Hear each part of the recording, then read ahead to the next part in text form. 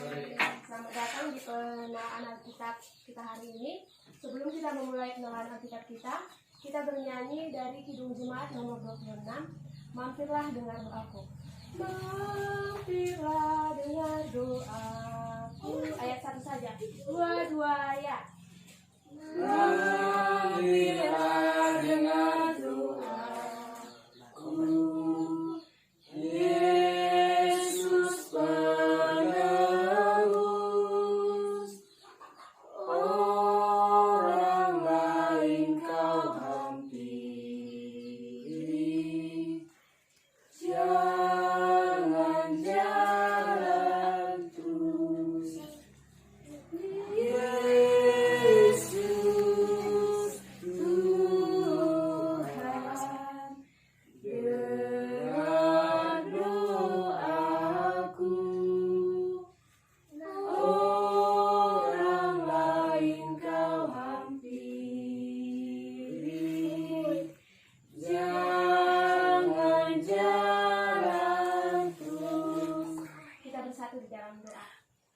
Kami mengucap syukur Tuhan buat kesempatan hidup yang masih boleh Tuhan berikan kepada kami anak-anak-Mu di tempat ini.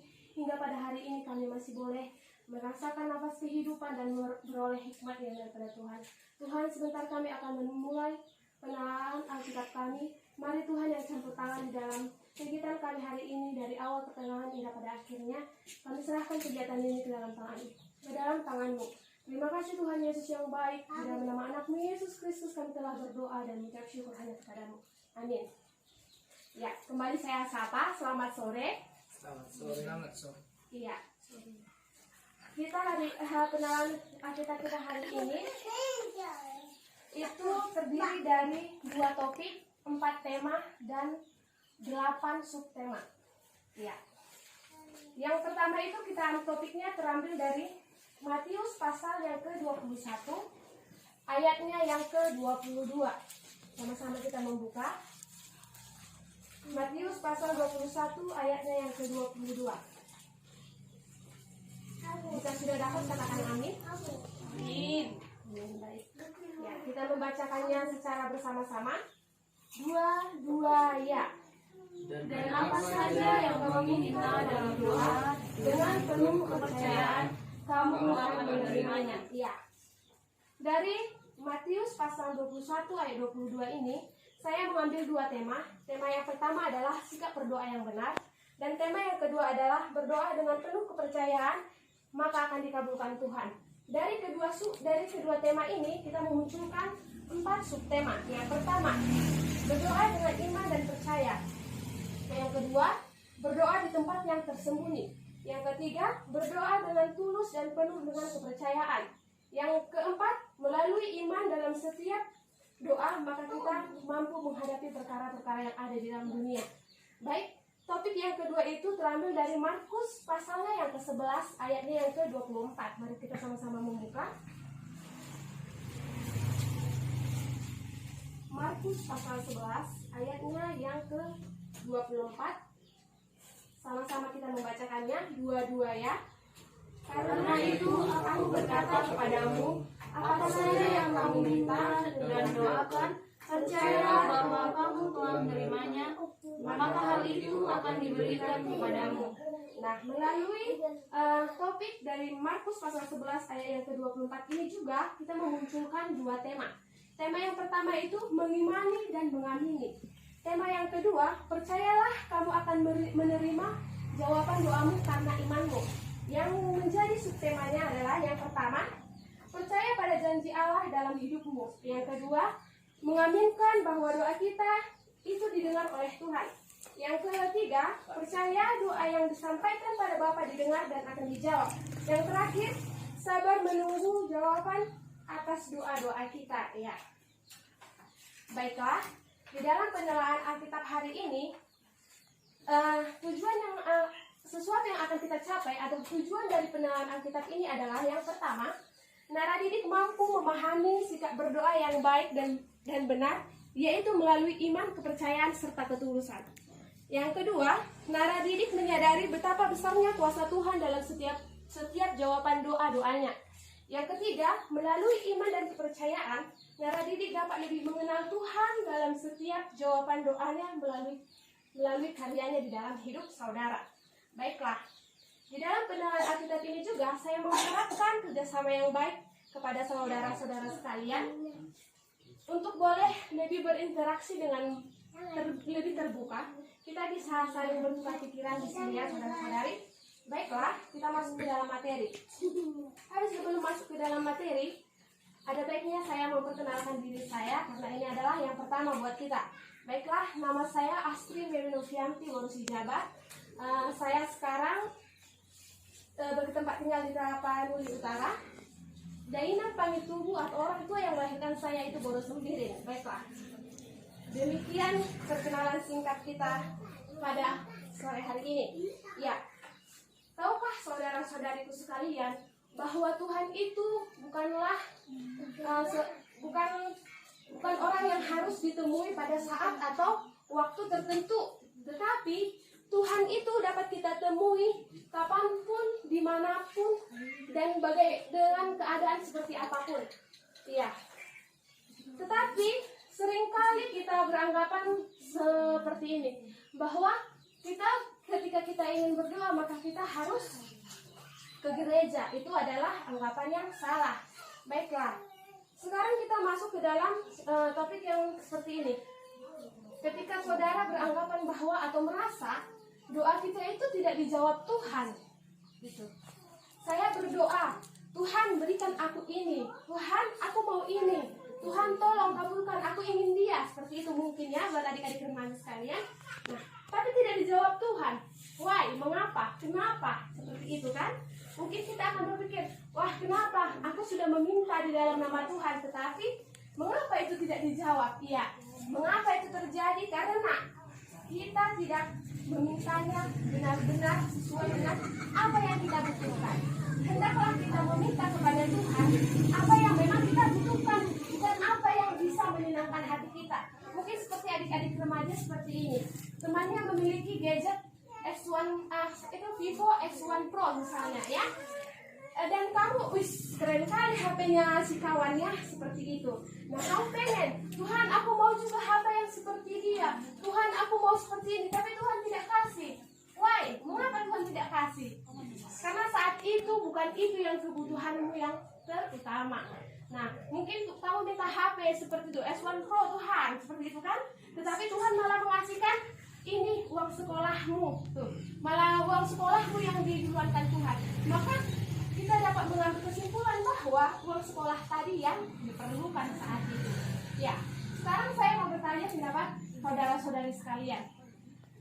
Menurut saudara-saudari sekalian, bagaimana cara berdoa agar doa kita itu didengar dan dikabulkan Tuhan? Selain yang saya katakan tadi, ada yang bisa memberikan jawaban?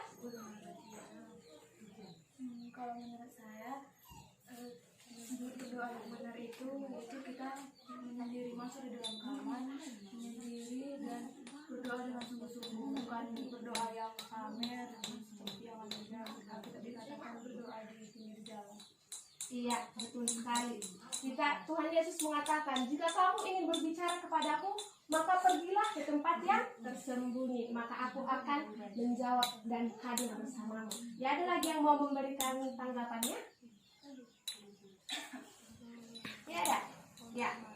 Supaya doa kita didengar Tuhan, kuncinya adalah percaya kepada Tuhan dan juga firman Tuhan. Mengapa kita mengatakan bahwa kita harus percaya kepada Tuhan? Karena seperti ini saudara-saudari sekalian, ketika saudara-saudariku sekalian aktif pelayanan di gereja, melakukan pelayanan dengan baik di gereja, melakukan semua kegiatan di gereja itu dengan baik, tetapi masih ada kebimbangan di hati kita. Seperti itu. Ini kata kuncinya adalah kebimbangan di hati kita. Maka pelayanan yang kita lakukan itu bisa menjadi sia-sia. Mengapa? Karena kita masih bimbang akan hadirnya Tuhan. Kita masih percaya nggak percaya Tuhan itu ada, seperti itu. Jika kita ingin pelayanan kita berkembang, pelayanan yang sekecil apapun, jika kita melakukannya dengan kepercayaan, ketulusan kepada Tuhan, maka semua itu akan lebih bermakna. Baiklah, selanjutnya Saya mau bertanya kepada saudara-saudariku sekalian, pernahkah kalian merasakan sesuatu yang kalian doakan itu adalah sangat penting, tetapi tidak dijawab oleh Tuhan, dan apa perasaan kalian di saat situasi yang seperti itu? Pernah sekali. Ya, saudara Mary? Ada yang didoakan supaya yang rupanya gini, kemarin kan berdoa supaya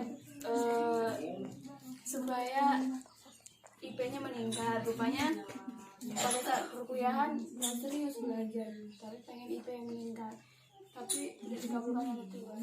Perasaan saya di situ ya sedih sih, terkadang mau menyalahkan Tuhan juga, cuman di sisi lain harus mengintrospeksi diri sendiri. Iya. Ada dari saudaraku yang sekalian?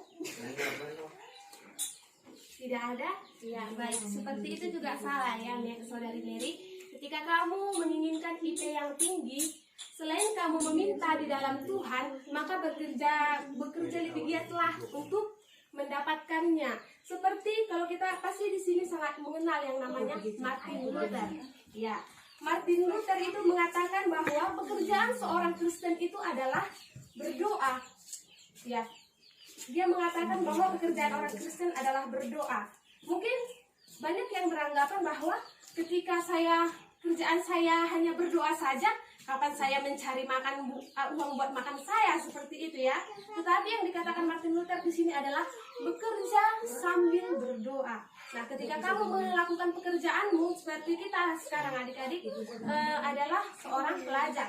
Ketika kamu menginginkan nilai yang bagus, ranking 1 di kelas, maka berdoa dan sambil bekerjalah.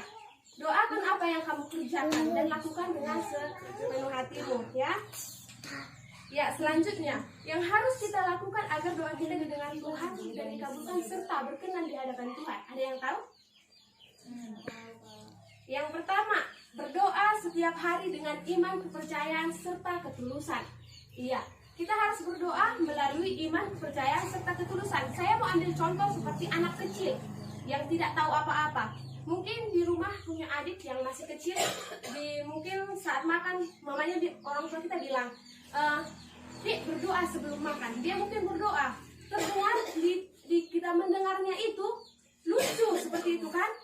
Tetapi tahukah kalian bahwa dia itu meminta dengan imannya, dengan ketulusan, seperti itu ya. Ya, ketika dia berdoa, dia tuh belum tahu, karena dia belum bisa meminta, aku mau minta ini Tuhan, gadget mewah, aku mau minta baju cantik Tuhan. Dia nggak tahu, yang dia hanya tahu, Tuhan berkati aku makanan ini, seperti itu. Ya, baiklah. Yang selanjutnya adalah yang kedua.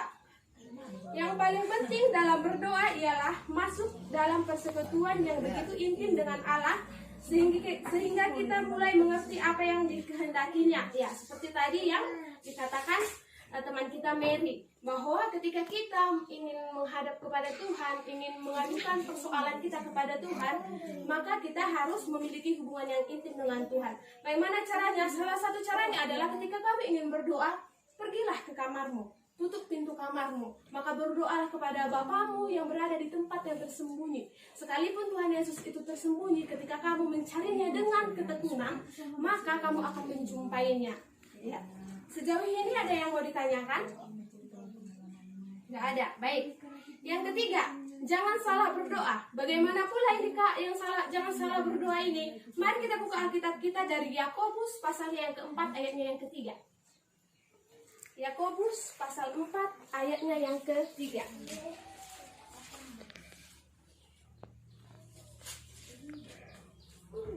Sudah dapat? Yakobus pasal 4 ayatnya yang ketiga. Salah seorang saya mintakan untuk membacakannya dengan suara.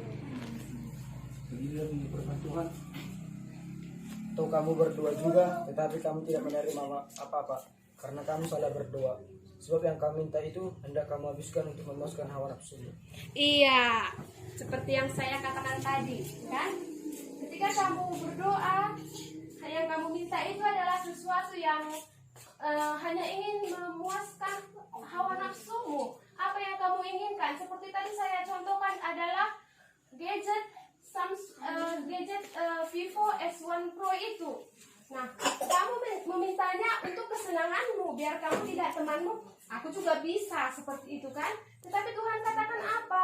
Ketika kamu mau meminta kepadaku, maka mintalah sesuatu yang memang betul-betul kamu butuhkan. Bukan sesuatu yang hanya sekedar ingin memuaskan hawa nafsumu saja. Seperti itu ya, teman-teman. Yang keempat. Oh, sebelum kita lanjutkan, ada yang mau ditanyakan dari poin nomor 3? Tidak ada. Baik, kita lanjutkan. Yang keempat, janganlah putus asa bila doa kita belum dijawab Tuhan.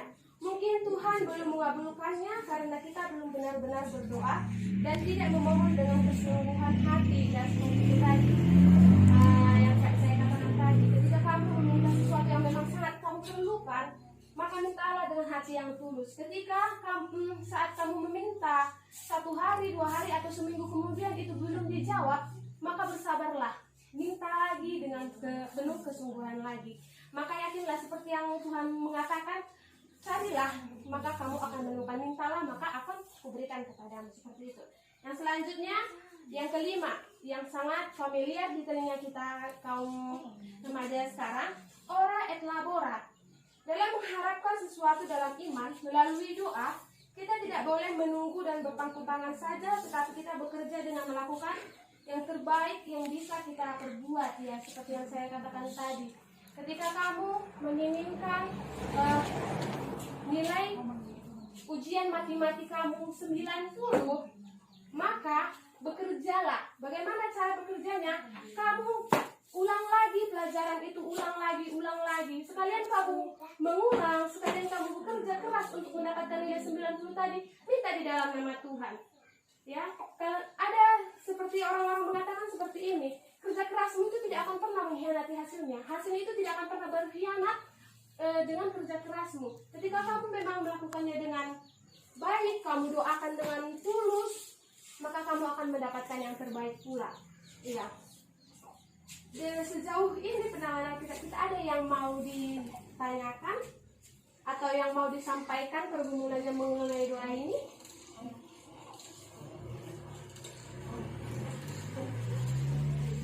Tidak ada? Tidak ada, iya. Saya mau mengingatkan kembali bahwa dalam berdoa marilah minta dengan penuh keyakinan dan ketulusannya. Untuk di penghujung acara pengenalan kitab kita ini, saya mau menyampaikan bahwa saat kita meminta kepada Tuhan, kita percaya bahwa doa kita didengar oleh Tuhan dan Ia akan menjawab setiap doa kita. Mengapa demikian? Karena kita meminta sesuatu dengan firman Tuhan yang adalah ya dan amin. Tuhan pasti akan menggenapi janjinya, menggenapi firman-Nya di dalam kehidupan kita. Semuanya dapat kita imani dengan keteguhan hati kita juga. Kita menyerahkan diri sepenuhnya dan membiarkan Tuhan bekerja dalam hidup kita.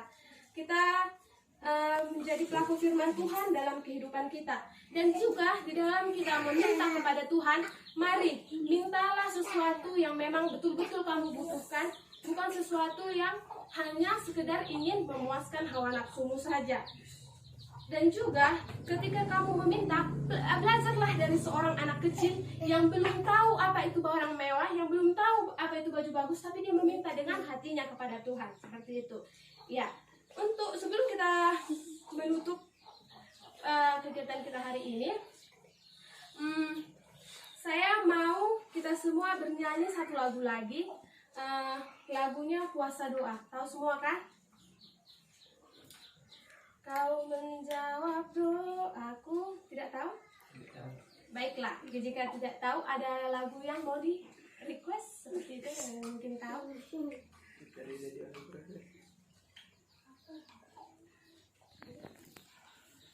Tidak harus bertopikkan doa yang lain juga bisa.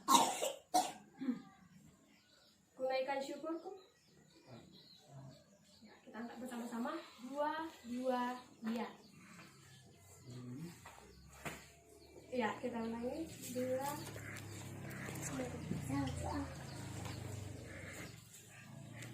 Baiklah, ditarik oleh Mary. Baiklah, jika tidak tahu, kita beralih ke lagu yang biasa saja.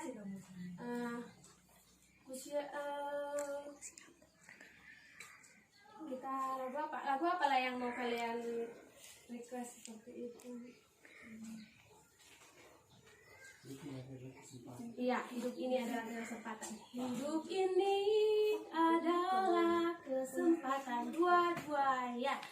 Hidup ini adalah kesempatan. Hidup ini untuk melayani Tuhan. Jangan sia-siakan apa yang Tuhan beri. Hidup ini harus jadi berkah. Oh Tuhan, pakailah hidupku selagi aku masih kuat. Bila saatnya nanti ku tak berdaya lagi, hidup ini sudah jadi berkah. Baiklah, kita kembali menghadap Tuhan, kita satukan hati kita bersatu di dalam doa. Kembali kami mengucapkan puji dan syukur kepadamu Bapa yang baik dalam surga, atas berkat Tuhan, atas penyertaan Tuhan dalam kegiatan pengenalan Alkitab kami hari ini. Kami boleh melaksanakannya dengan penuh sukacita, dan kami juga boleh belajar akan firman Tuhan yang baru yang boleh kami terapkan dalam kehidupan kami. Tuhan, kami mau berdoa untuk kedua orang tua kami, dimanapun mereka berada pada saat ini. Apapun yang mereka kerjakan, mari Tuhan berkati mereka, berikan umur yang panjang. Juga Tuhan, untuk kesalahan kami mengaku salah Tuhan, dan kami mohon pengampunan daripada Tuhan. Juga Tuhan, sebentar kami akan pulang ke rumah kami masing-masing. Mari Tuhan yang memberkati kami, memberkati kendaraan yang kami gunakan, supaya kami boleh sampai ke rumah kami dalam keadaan selamat, tanpa kekurangan satu apapun. Terima kasih Tuhan Yesus yang baik. Di dalam nama anakmu Yesus Kristus kami telah berdoa dan mengucap syukur. Amin. Baiklah, selamat sore.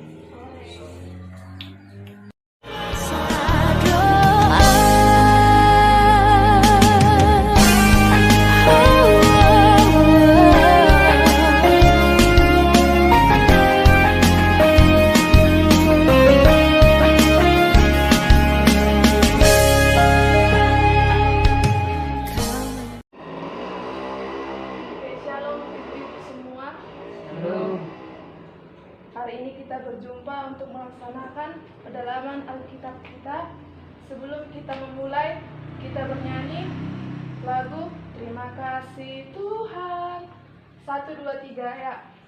Terima kasih Tuhan untuk kasih setiamu yang ku alami dalam hidupku.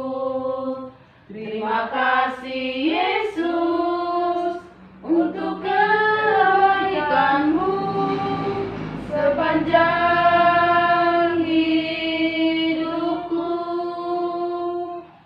Terima kasih Yesusku buat anugerah yang kau beri. Sebab hari ini Tuhan adakan syukur bagimu. Kita berdoa. Terima kasih Tuhan, terima kasih Yesus sebab berkat-Mu sehingga Engkau bisa mengumpulkan kami di tempat ini untuk mendengarkan sebagian dari firman-Mu. Kiranya Tuhan berkati setiap hati kami dan pemikiran kami Tuhan, agar kami fokus kepada firman-Mu. Terpujilah Engkau selama-lamanya. Haleluya, amin. Baiklah, tujuan dari pendalaman Alkitab ini ialah para ibu-ibu dapat berdoa dengan benar, tidak sembarangan dalam berdoa. Yang kedua, dapat berdoa dengan sungguh-sungguh agar segala yang diinginkan diwujudkan oleh Tuhan. Yang ketiga, dapat menjadi pendoa bagi siapa saja. Yang keempat, dapat menjadi panutan maupun contoh dalam berdoa. Yang kelima, sadar bahwa doa sangat penting dilakukan. Nah, tema besar dari penelaahan Alkitab ini ialah cara doa orang percaya. Sebagai orang Kristen, tentu salah satu syarat agar kita bisa menemukan Tuhan ialah melalui doa. Doa sebagai komunikasi kita kepada Tuhan. Dengan berdoa dapat membuat hati kita merasa tenang saat sedang dalam mengalami masalah. Tentu sebagai orang Kristen, hal yang paling utama kita lakukan adalah berdoa. Jadi, ibu-ibu yang terkasih, marilah kita senantiasa berdoa dengan cara yang benar. Karena doa juga punya aturan. Buat ibu-ibu yang mungkin merasa salah selama ini dalam berdoa, dengan melalui penelaahan Alkitab ini, maka kita akan sama-sama memperbaiki cara berdoa kita. Nah, orang dewasa yang bijak dalam berdoa, bisa dibuka Alkitabnya dari Matius 6 ayat 5 sampai 7. Silakan dibuka ibu-ibu. Matius 6 ayat 5 sampai 7.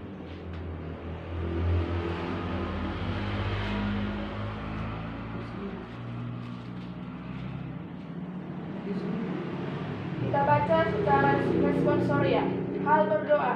Dan apabila kamu berdoa, janganlah berdoa seperti orang munafik. Mereka suka mengucapkan doanya dengan berdiri dalam rumah-rumah ibadat dan pada tikungan-tikungan jalan raya supaya mereka dilihat orang. Aku berkata kepadamu, sesungguhnya mereka sudah mendapat upahnya. Silakan ibu-ibu ayat 6. Dibaca salah satu orang. Berbahagialah orang yang lapar dan haus. Salah ibu-ibu. Matius 6 ayat 5 sampai 7. Saya ulangi. Dan apabila kamu berdoa, janganlah berdoa seperti orang munafik. Mereka suka mengucapkan doanya dengan berdiri dalam rumah-rumah ibadat dan pada tikungan-tikungan jalan raya supaya mereka dilihat orang.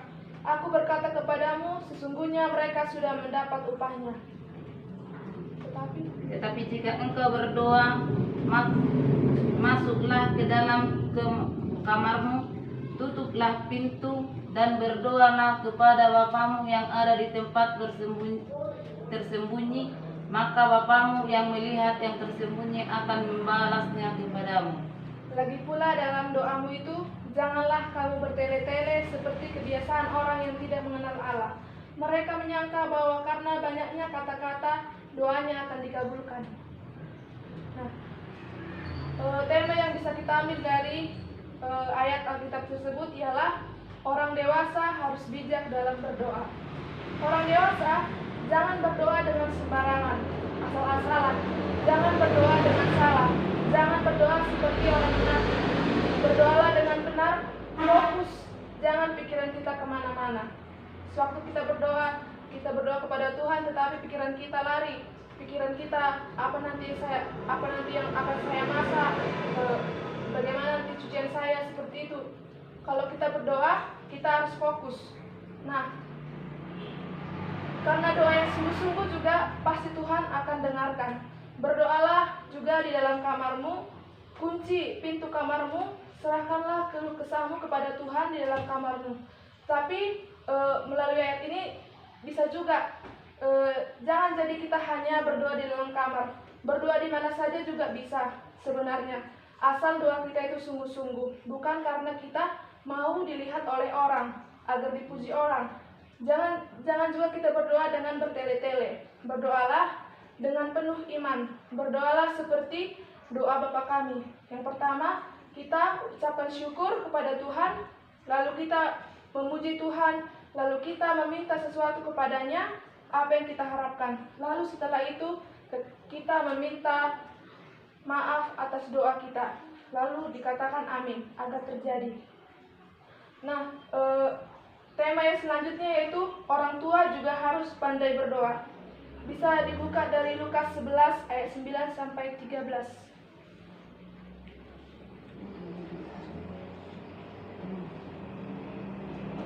Lukas 11 ayat 9 sampai 13.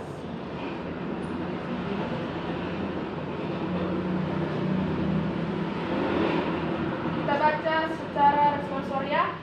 Oleh karena itu, aku berkata kepadamu, mintalah maka akan diberi kepadamu, carilah maka kamu akan mendapatkan, ketuklah. ketuklah maka pintu akan dibukakan bagimu. Karena setiap orang yang meminta menerima, dan setiap orang yang mencari mendapat, dan setiap orang yang mengetok baginya pintu dibukakan. Bapak manakah di antara kamu jika anaknya minta ikan daripadanya akan memberikan ular kepada anaknya itu? Itu ganti ikan. Atau jika minta telur akan memberikan kepadanya keledai. Jadi jika kamu yang jahat tahu memberi pemberian yang baik kepada anak-anakmu, apalagi Bapamu yang di sorga, Dia akan memberikan Roh Kudus kepada mereka yang meminta kepadanya.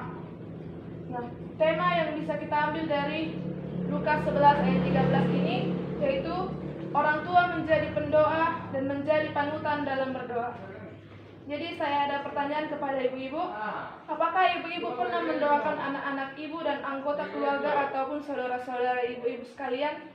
Pernah. Jika pernah, sudah baik. Nah, orang tua menjadi pendoa bagi anak-anaknya, keluarganya, saudaranya, bahkan orang lain pun harus kita doakan, termasuk musuh kita sendiri. Orang tua harus menjadi panutan dalam berdoa bagi anak-anaknya. Jadi orang tua itu harus pintar berdoa agar anaknya bisa belajar berdoa yang baik dari orang tuanya. Nah, saya ada video di sini tentang Simeon. Silakan ditonton.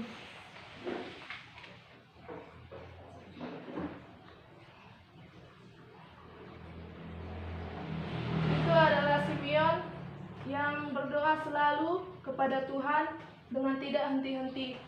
Karena doanya yang benar, maka doanya itu pun diwujudkan oleh Tuhan dengan kelahiran Mesias.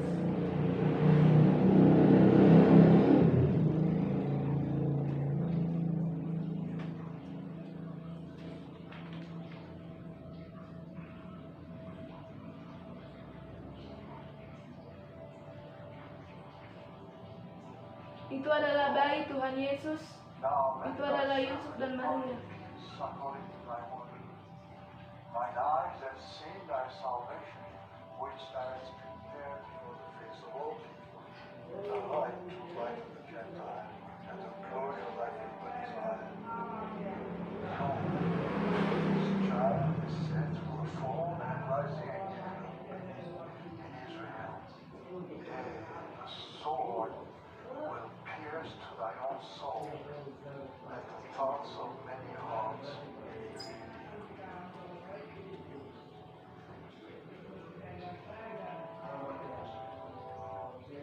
Baiklah, jadi apa yang bisa Ibu ambil kesimpulan dari video tersebut?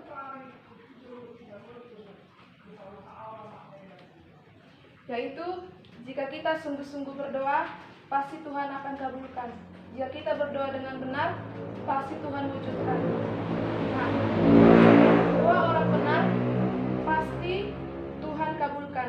Berdoa haruslah penuh dengan sabar, penuh iman dan percaya. Jika doa kita belum dikabulkan, jangan kita menyalahkan Tuhan, karena Tuhan pasti sudah merencanakan yang indah buat hidup kita. Nah, berdoa itu harus penuh dengan sabar, penuh iman dan percaya, meminta, mengetuk, dan menerima dari Tuhan. Kita akan menerima hasil yang baik dari doa kita, yang baik kepada Tuhan, karena usaha tidak pernah mengkhianati hasil. Kesimpulan yang bisa kita ambil yaitu, dengan doa yang benar, maka kita akan menemukan kasih Tuhan. Kita bertemu dengan Tuhan dalam doa. Selain kita yang selamat, seluruh anggota keluarga kita juga bisa selamat karena kita senantiasa berdoa. Selain berdoa, kita juga harus selalu mengucap syukur kepada Tuhan. Apapun permasalahan yang kita hadapi, serahkanlah selalu kepada Tuhan. Jangan khawatir. Demikianlah pendalaman Alkitab kita, penilaian Alkitab kita. Terima kasih buat ibu-ibu yang sudah bersedia ikut melakukan penilaian Alkitab ini. Semoga bermanfaat untuk hidup kita semua. Tuhan Yesus memberkati. Kita bernyanyi lagi lagu Terima Kasih Tuhan. Terima kasih Tuhan. 1, 2, 3 ya. Terima kasih Tuhan untuk kasih setiamu yang kualami dalam hidupku. Terima kasih Yesus untuk kebaikan-Mu sepanjang hidupku. Terima kasih Yesusku buat anugerah yang Kau beri. Sebab hari ini Tuhan adakan syukur bagimu. Kita berdoa. Terima kasih Tuhan, terima kasih Yesus buat berkat-Mu. Kami telah selesai melaksanakan penilaian Alkitab kami tentang doa. Kiranya Tuhanlah yang memelihara kami sehingga kami dapat mengaplikasikannya dalam kehidupan kami sehari-hari.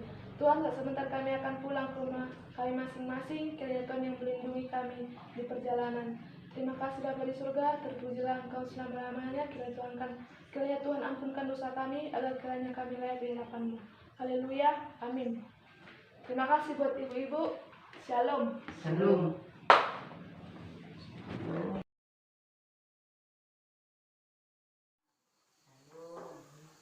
Sebelum kita mendengarkan renungan kita, mari kita bersatu dalam doa. Allah Bapa yang berkata dalam kerja di surga, boleh kami mengucap syukur kepada Tuhan atas segala berkat dan anugerah kepada kami, sehingga kami dapat berkumpul di sini untuk mendengarkan sebagian firman-Mu. Ya Tuhan, berkata kami hari ini, berkat kami dan kami Tuhan Yesus Kristus, kami berdoa dan mengucap syukur. Haleluya, amin. Firman Tuhan pada hari ini yang terambil dari Mazmur 71 ayat 9.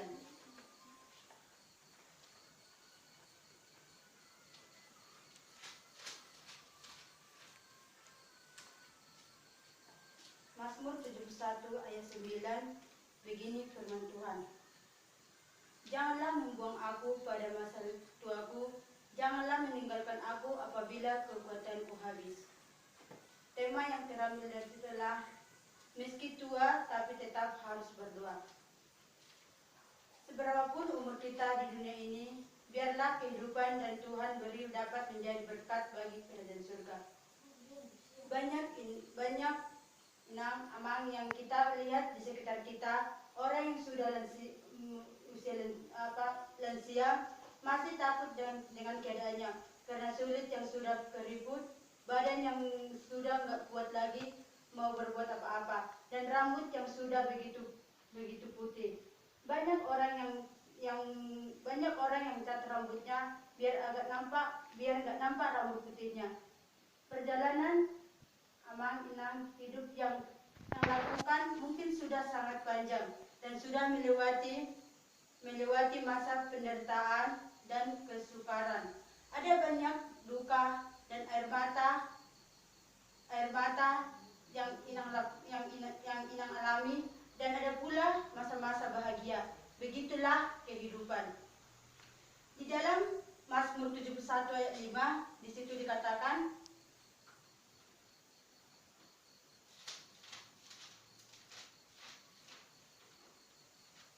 Mazmur 71 ayat 5, di situ dikatakan, sebab Engkaulah harapanku ya Tuhan, kepercayaanku sejak masa muda ya Allah. Di situ dikatakan bahwa kita harus mempunyai harapan kepada Tuhan dan mempunyai kepercayaan bahwa Allah itu berada di dalam diri kita.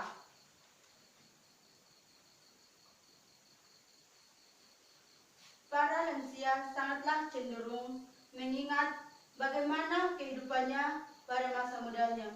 Begitu juga untuk amang inang, mungkin kalian sulit mengingat bagaimana kalian waktu muda. Jika saya mengunjungi orang yang sudah tua atau para lansia di panti jompo, maka mereka akan begitu senang jika diajak bernostalgia, seperti bercerita tentang masa mudanya. Dan mereka bercerita dengan penuh semangat dan penuh tawa. Memang masa muda selalu indah untuk dikenang. Saudara yang terkasih dalam Tuhan Yesus, terutama kepada inang, amang yang kami hormati, yang merasa usia lansia telah parubaya dan melewati masa muda. Inang, amang sendiri yang mengetahui apakah inang telah puas dan berbahagia dengan kehidupan yang inang alami pada saat lansia. Ada banyak orang yang sudah tua, namun mereka merasa hidup mereka tetap hampa dan membosankan. Banyak juga orang lansia yang kehidupannya tidak begitu baik dan mereka mengalami banyak cobaan. Mungkin mereka sangat bosan dengan kehidupannya ataupun dengan keadaan sekitar. Saudara yang terkasih, merupakan suatu kehormatan dan sukacita yang besar jika kita dapat dilayakkan untuk melayani Tuhan, dan melayani Raja di atas segala raja, dan dipakai menjadi alat kasih-Nya. Kita juga harus melayani Tuhan, membaca firman Tuhan, supaya Tuhan menjadi pelita dalam hidup kita. Jadi, jika kita mengenal Tuhan di usia muda, itu adalah suatu keistimewaan dan kesempatan yang luar biasa, sebab kita dapat melakukan banyak hal untuk melayani Tuhan dan menjadi berarti bagi orang lain. Para orang tua ini biasa berkumpul dan berdoa bagi seluruh dunia. Kita juga sebagai lansia, kita juga harus patuh berdoa, biarpun kita muda, biarpun kita tua, biarpun kita kemanapun keadaan kita pun merasa kesakitan, merasa nggak berguna, tapi kita harus mengandalkan Tuhan. Kita harus bersyukur kepada Tuhan dan meminta pengampunan dan pertolongan.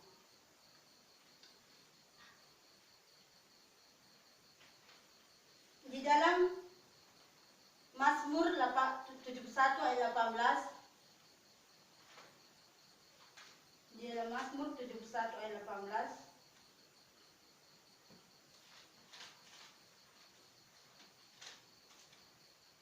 Mazmur 71 ayat 18, di situ dikatakan, juga sampai masa tuaku dan putih rambutku, ya Allah, janganlah meninggalkan aku, supaya aku memberitakan kuasa-Mu kepada angkatan ini, keperkasaanmu kepada semua orang yang telah datang. Di situ juga dikatakan bahwa kita harus tetap berdoa dan meminta pengampunan agar Allah tidak meninggalkan kita begitu saja. Dan kita juga di situ harus taat melakukan firman Tuhan. Saudara-saudara yang terkasih, tidak ada waktu terlambat. Dengan apa kita dapat membalas kasih Tuhan yang telah menyelamatkan hidup kita.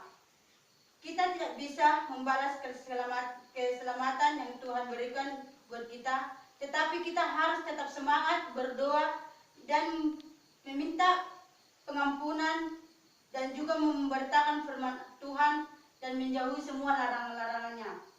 Dan banyak hal yang dapat kita lakukan dan itu akan menjadi berkat bagi kita sendiri. Yang pertama itu berkumpul, mengunjungi orang, mendoakan orang yang sakit, menghibur orang yang susah.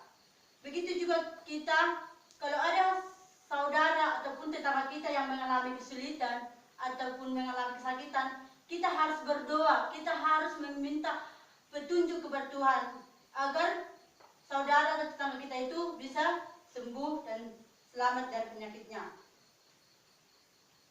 Jika kita menjadi tua, banyak yang bisa kita lakukan.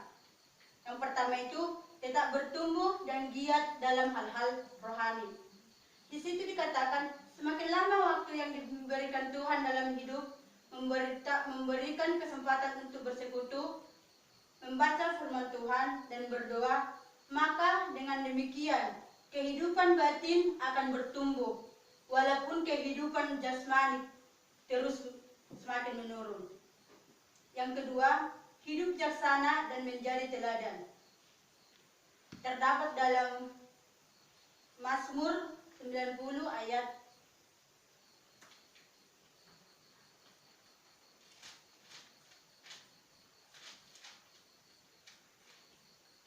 terdapat dalam Mazmur 90 ayat 12. Di situ dikatakan, ajarlah kami menghitung hari-hari kami sedemikian hingga kami beroleh hati yang bijaksana.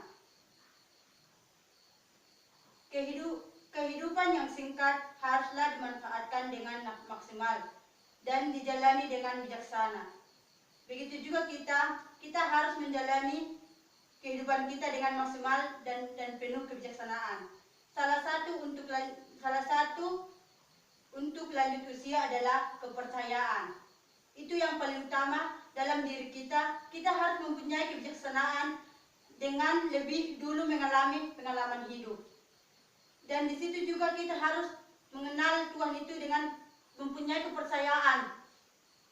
Yang ketiga itu, utamakan hal-hal yang menjadi prioritas karena waktu yang terbatas. Lakukan hal yang baik kepada orang lain, orang-orang terdekat di sekitar kita, sebab kita tidak tahu apakah masih ada kesempatan hari esok untuk kita. Dan di situ juga diarahkan kepada kita bahwa kita harus melakukan hal-hal yang baik. Karena kita berada di dunia ini, kita harus melakukan hal-hal yang baik. Kita harus menolong saudara kita, membantu orang-orang yang dalam kesusahan, karena kita tidak tahu apakah masih ada kesempatan kita untuk hidup dan bisa melakukan kegiatan yang lain. Yang keempat, bergantung dan berserah kepada Tuhan Yesus. Terdapat dalam Yesaya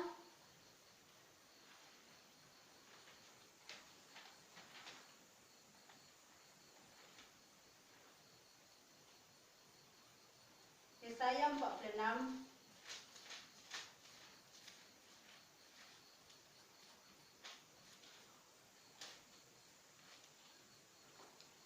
terdapat dalam Yesaya 46 ayat 4. Di situ dikatakan, sampai masa tuamu aku tetap dia, dan sampai masa putih rambutmu aku menggendong kamu. Aku telah melakukannya dan mau menanggung kamu terus. Aku mau memikul kamu dan menyelamatkan kamu. Di situ juga dikatakan, biarpun kita tua, biarpun putih rambut kita, Tuhan tetap beserta kita. Dan Tuhan akan melakukan yang terbaik buat kita dan memikul dan juga menyelamatkan kita dari berbagai dosa. Yang kelima itu, tetap berkarya selagi bisa. Usia tua tidak akan membuat kita kurang bersemangat. Justru dengan usia tua kita bisa melakukan berbagai kesempatan yang bermanfaat seperti menulis, membaca firman Tuhan, bernyanyi dan berdoa. Di situ kita bisa, kalau kita mempunyai semangat untuk berkarya. Kita bisa membuat nyanyian yang begitu indah, berdoa kepada Tuhan untuk kita tetap bersyukur. Yang keenam, tetap percaya dan setia kepada Tuhan Yesus, terdapat dalam Mazmur 37 ayat 5.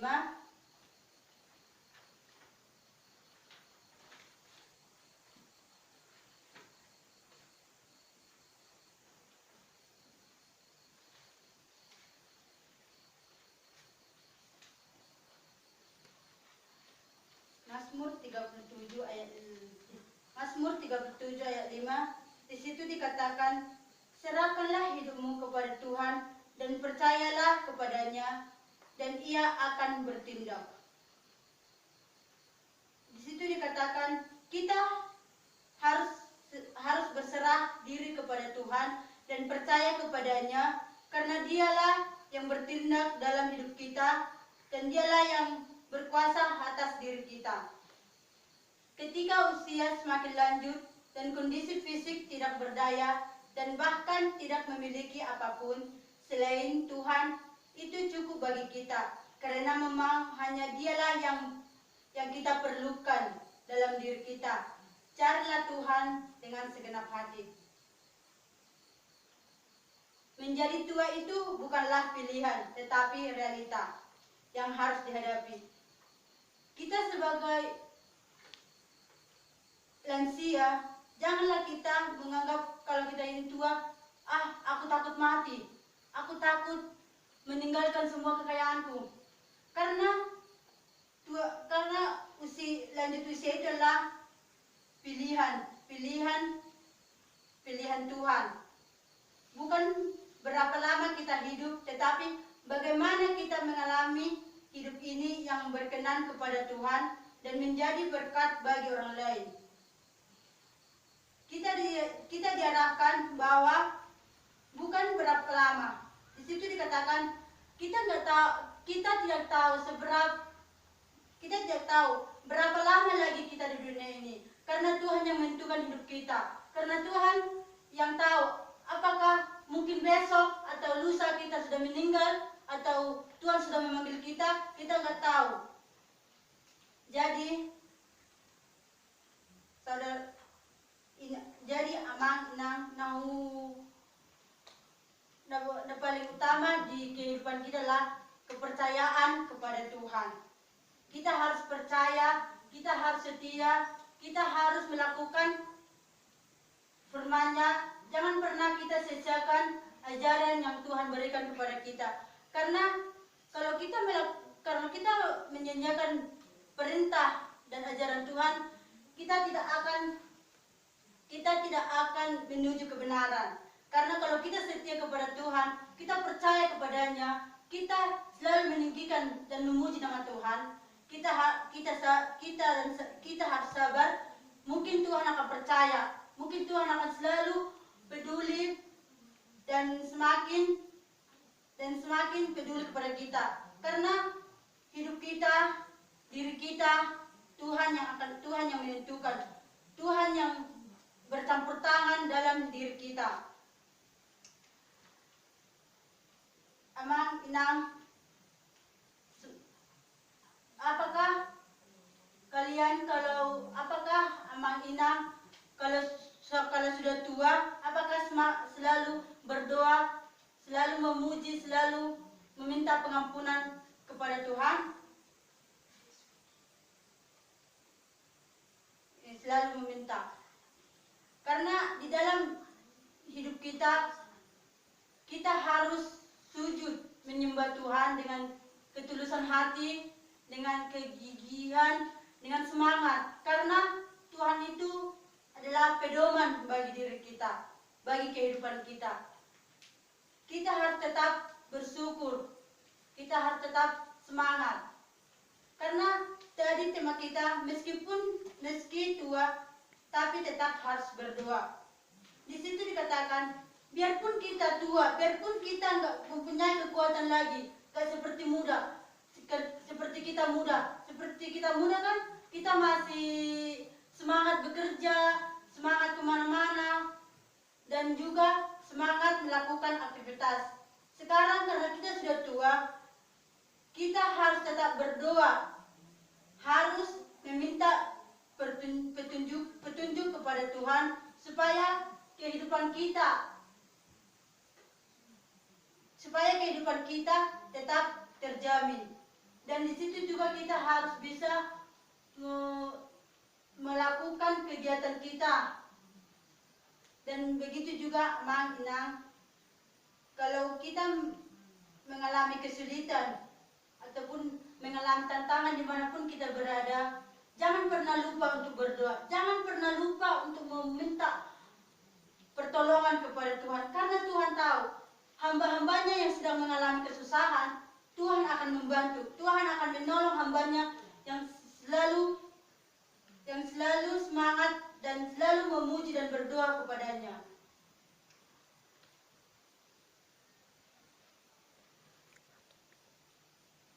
Demikianlah renungan kita pada hari ini. Terlebih dahulu kita berdoa. Bapa kami, kami bersyukur kepada Tuhan segala berkat-Mu yang telah Tuhan berikan kepada kami. Ya Tuhan, hamba-Mu telah selesai mengumpulkan sebagian dari berkat-Mu kepada orang lansia kami Tuhan, berikanlah kepada mereka kesehatan, kesabaran, agar mereka tetap memuji dan memuliakan nama-Mu sebagaimana biasanya. Ya Tuhan, banyak dosa yang kami perbuat, hapuskanlah itu melalui darah yang kudus. Terima dan sempurnakanlah doa kami atas kasih-Mu ya Tuhan. Haleluya. Amin. Nama saya Yusnati Tumorang. Bahan praktek yang saya akan praktekkan yaitu pada model Maigel, rencana penelaan Alkitab pada sintesis. Topiknya adalah 1 tentang mengakui dosa pada Yakobus 5 ayat 16a. Temanya yaitu bersungguh-sungguh berdoa dan mendoakan. Yang kedua topiknya saling mendoakan dalam Yakobus 5 ayat 16b. Yang ketiga topiknya yaitu yakin akan doa-doa yang dipanjatkan dalam Yakobus 5 ayat 16c. Yang kedua temanya adalah doa yang benar dan subtemanya adalah mengakui dosa-dosa saat berdoa. Yang kedua saling mendoakan sesama umat Allah. Yang ketiga peduli dengan keadaan sekitar yang terjadi dibawakan di dalam doa. Yang keempat, yakin dan percaya bahwa doa-doa yang dipanjatkan akan dikabulkan oleh Tuhan. Dan tujuan dari dilakukannya rencana penelaan Alkitab yaitu yang pertama, naradidik dapat mengucapkan dan mengakui dosa-dosa yang dilakukannya saat berdoa. Yang kedua, naradidik dapat saling mendoakan keluarga, kerabat, dan orang-orang yang mengalami kesusahan. Yang ketiga, naradidik dapat lebih peduli apa yang terjadi di negara atau di lingkungannya dengan memanjatkan doa agar cepat berlalu. Yang keempat yaitu naradidik dapat yakin dan percaya bahwa doa yang dipanjatkan kepada Tuhan yang dikabulkan oleh Tuhan. Sekian perkenalan diri saya dan RPA yang saya akan praktekkan kita semua. Shalom Bu. Baiklah, sebelum kita memulai PA kita ibadah dulu. Kita bernyanyi, namamu selalu ku sebutkan. 1, 2, 3 ya. Namamu selalu ku sebutkan di dalam doaku dengan penuh penyembahan. Kasih-Mu senantiasa ku kenang dalam pujianku. Dengan kerinduan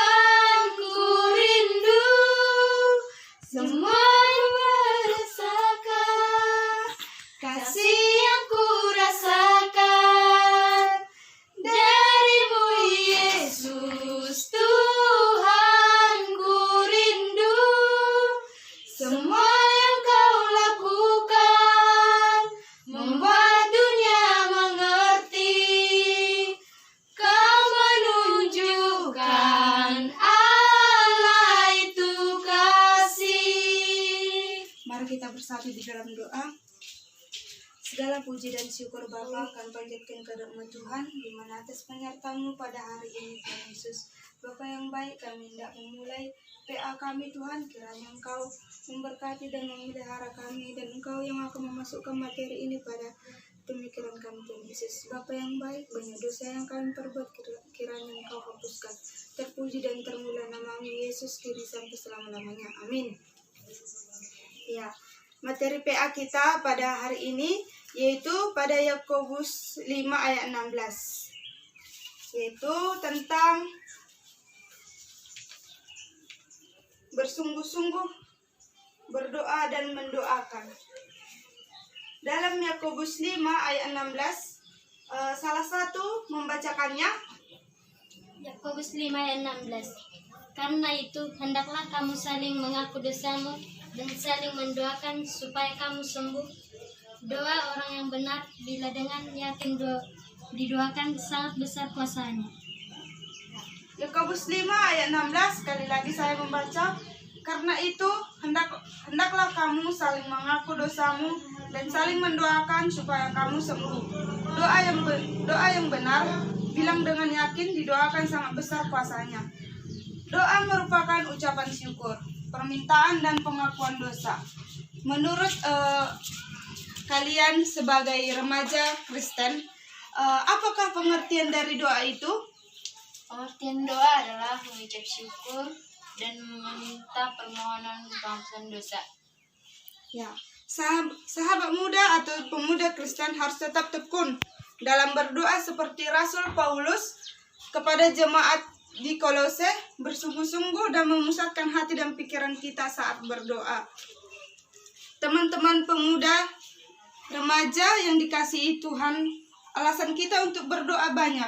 Seperti apa doa-doa yang kalian panjatkan kepada Tuhan dan kepada siapakah kalian melakukan doa itu? Orang tua, teman-teman, Iya, negara. iya. Seperti kalian melakukan doa kepada orang tua, sahabat, negara dan masyarakat lingkungan sekitar.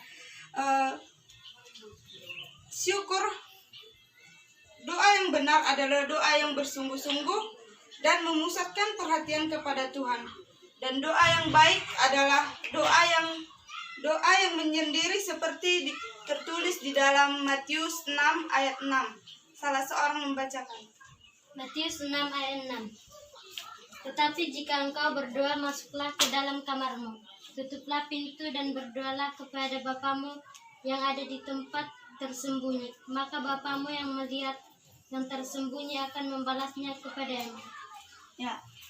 Dalam Matius 6 ayat 6 dikatakan, tetapi jika engkau berdoa, masuk ke dalam kamarmu, tutuplah pintu, berdoalah.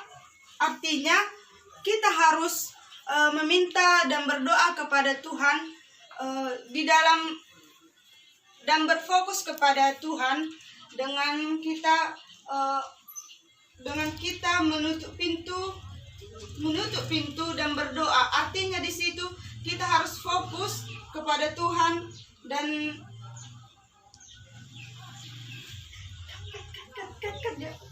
seperti yang tertulis dalam Matius 6 ayat 6 itu dikatakan, tutuplah pintu dan berdoalah.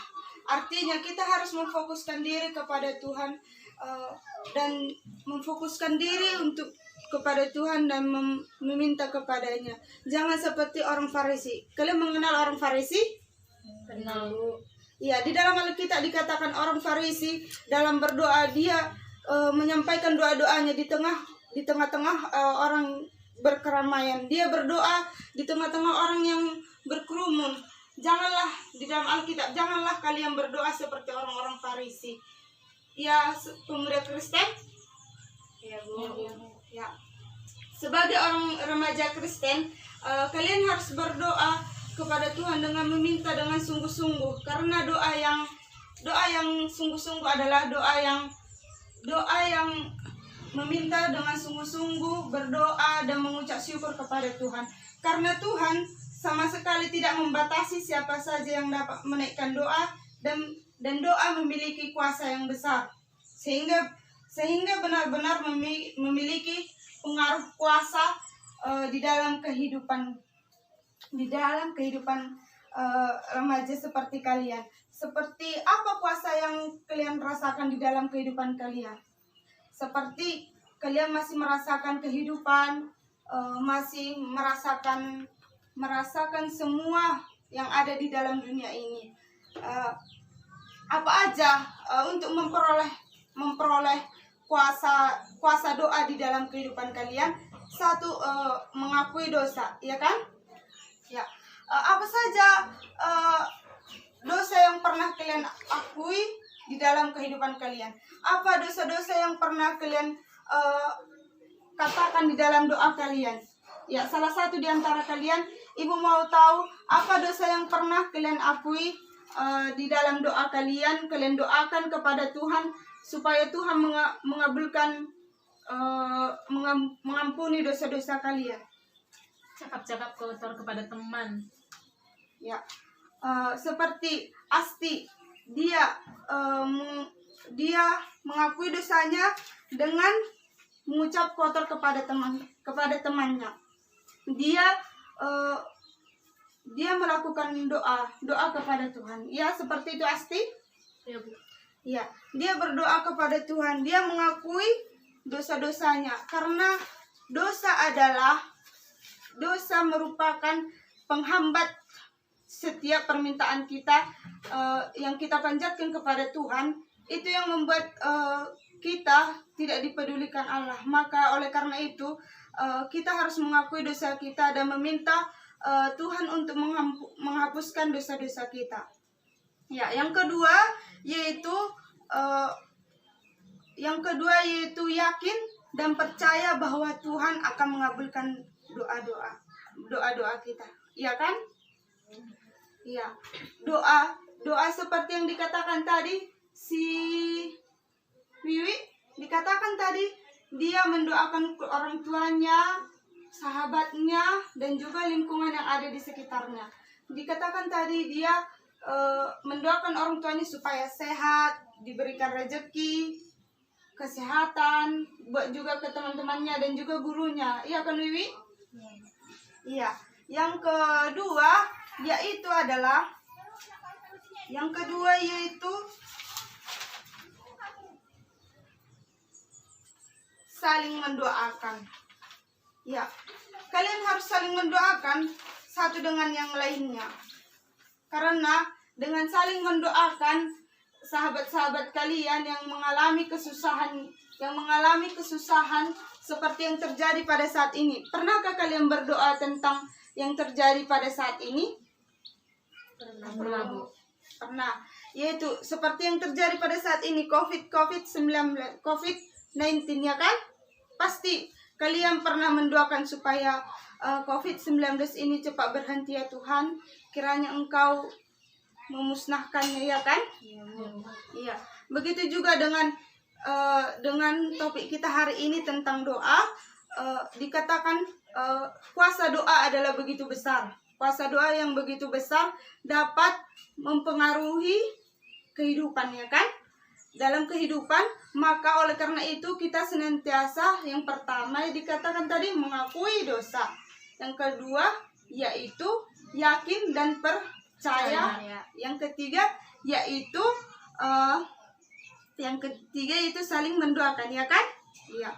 Karena kalau kita melakukan ketiga hal ini, maka senantiasa kuasa Tuhan akan besar di dalam kehidupan kita.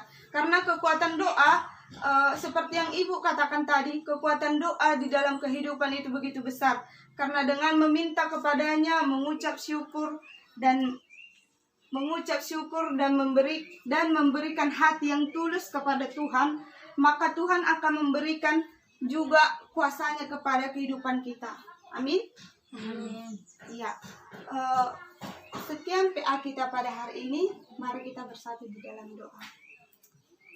Segala puji dan syukur Bapa ketunjukan kedatangan Tuhan di mana atas penyertaan pada hari ini. Bapa yang baik, kami telah selesai melakukan PA kami Tuhan Yesus. Kiranya PA kami ini dapat kami dapat kami tanamkan di dalam kehidupan kami, yaitu tentang berdoa. Tuhan Yesus, banyak dosa yang kami perbuat Tuhan, kiranya Engkau hapuskan dengan darah-Mu yang tulus, terpuji dan termuliaan nama-Mu kini sampai selama-lamanya. Amin.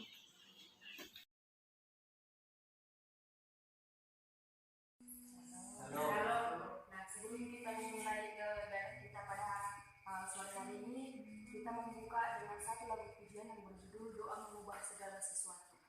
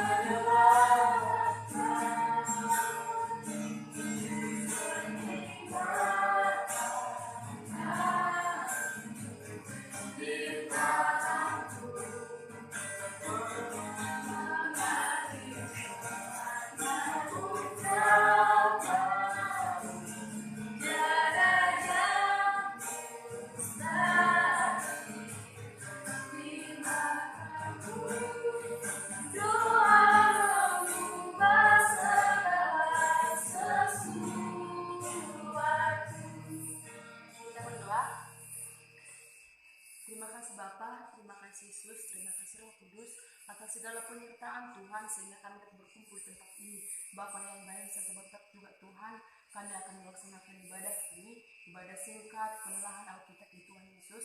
Mari Tuhan Engkau berkati kami satu persatu tempat ini, Kau berkati hamba-Mu yang akan memberitakan firman-Mu, Kau berkati juga hamba-Mu yang mendengarkan firman-Mu di sore hari ini. Kiranya Bapa kami beroleh hikmat daripada Tuhan. Bapa yang baik, kehidupan kami Tuhan, kami serahkan hanya ke dalam tangan pengasihan Tuhan. Hanya dengan melalui anak Yesus Kristus kami berdoa dan mengucap syukur. Haleluya, amin. Shalom. Boros mari kita saling kenal. Amal dengan anak kosong di sore hari ini bisa kita melaksanakan namanya penelahan Alkitab, di mana kita akan menelaah semua isi dari Alkitab. Tetapi pada sore hari ini kita boleh mengangkat satu tema atau satu judul yang boleh kita pelajari, yang boleh kita dengarkan, yang menjadi firman Tuhan di sore hari ini, yaitu tentang kuasa doa suami istri, yaitu diperhadapkan kepada inang aman dan berkeluarga. Sedangkan judul atau tema yang berpacaran yang baik bagi orang yang belum menikah itu ditujukan kepada kita sebagai pemuda dan pemudi. Nah, amal inang salihna tua kadoan na poso di sore hari ini saya akan memberitakan firman Tuhan yang boleh dapat membentuk karakter kita, yang boleh dapat membentuk kita sebagai orang Kristen yang takut akan Tuhan. Nah, hal yang pertama yang harus kita lakukan ketika kita menghadapi masalah, permasalahan dalam kehidupan kita, permasalahan yang datang kepada keluarga kita, kepada kehidupan kita, hal yang pertama kita lakukan itu berdoa. Apa abang inang dengan kosong?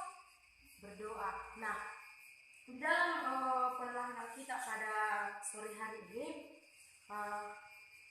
saya akan memberikan satu atau dua ilustrasi yang boleh kita pahami, yang boleh kita mengerti ketika nanti saya menjelaskan atau menjabarkan apa yang menjadi firman Tuhan pada sore hari ini. Yang pertama, ketika saya melihat apa yang terjadi di kehidupan kita sehari-hari yang ditujukan kepada Bapak Inang Naadong di tahun, salah satu perdebatan yang sering terjadi kepada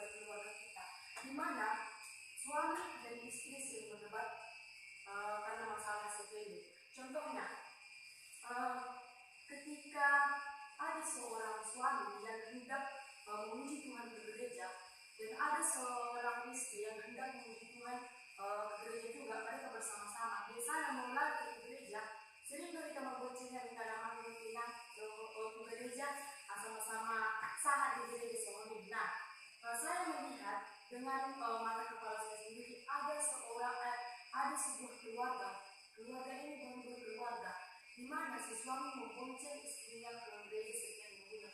Tetapi pada hari minggu itu juga si suami dan si istri berdebat atau ribut. Ributnya tidak terlalu panas atau tidak terlalu kuat sekali seperti itu. Nah, ketika mereka ribut di rumah itu terbawa-bawa ke gereja, itu terbawa-bawa ke ibadah. Tetapi sesampainya mereka di rumah ibadah Tuhan, ada perkataan yang mereka terima, di mana seorang pendeta yang menjabarkan firman Tuhan, menjabarkan tentang bagaimana sikap seorang suami terhadap seorang istri, di mana pendeta menjelaskan bahwasanya suami adalah kepala rumah tangga. Tetapi meskipun si suami adalah sebagai seorang kepala rumah tangga, dia harus tunduk kepada istri. Begitu juga dengan istri, harus mempunyai sikap saling menghormati. Di mana pada penelahan Alkitab di sore hari ini ditujukan juga kepada kita sebagai pemuda dan pemudi yang ada di tempat ini.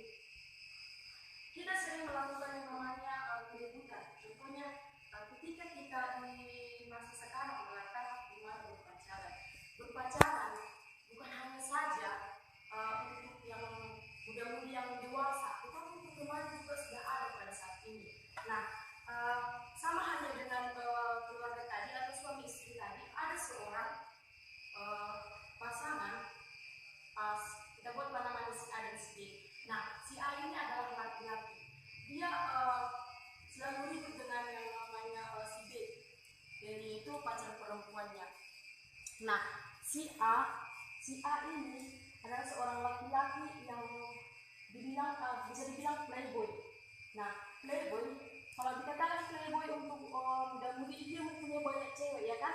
Dia mempunyai banyak cewek. Nah, laki-laki ini menyembunyikan cewek-cewek lain atau perempuan lain di WA-nya. Tetapi ketika dia bertemu dengan si cewek, dia menyembunyikan. Nah, pada saat itu si perempuan tidak percaya lagi kepada si laki-laki. Jadi pada saat itu semua akan menjadi kacau, atau pada saat ini bisa dikatakan yang namanya putus hubungannya. Nah, aman inang dohok sudia ka dongana poso. Seperti yang kita lihat tadi dari ilustrasi itu, kita sering bertanya mengapa dan bagaimana, mengapa hal itu dapat terjadi dan bagaimana hal itu dapat terjadi.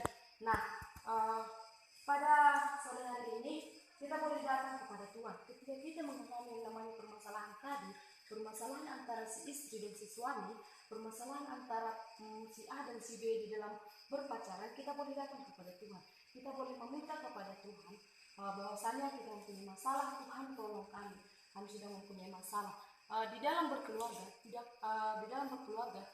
ada yang namanya tidak bermasalah. Pasti semua bermasalah. Pasti melalui hal-hal yang sepele, kalau alami ida penang bode marbadai, manang bode cerai, na berkeluarga. Kalau alami sada cewek, bode nomor badai, namar halek, bode nomor putih namar halek. Nah, ketika kita mengalami yang namanya permasalahan, kita boleh datang kepada Tuhan dengan cara kita berdoa. Tetapi dibanding berdoa, kita harus berusaha memperbaiki hubungan itu. Nah, sama ina dengan holongan di dalam ini kita diajak untuk berdoa dan berusaha.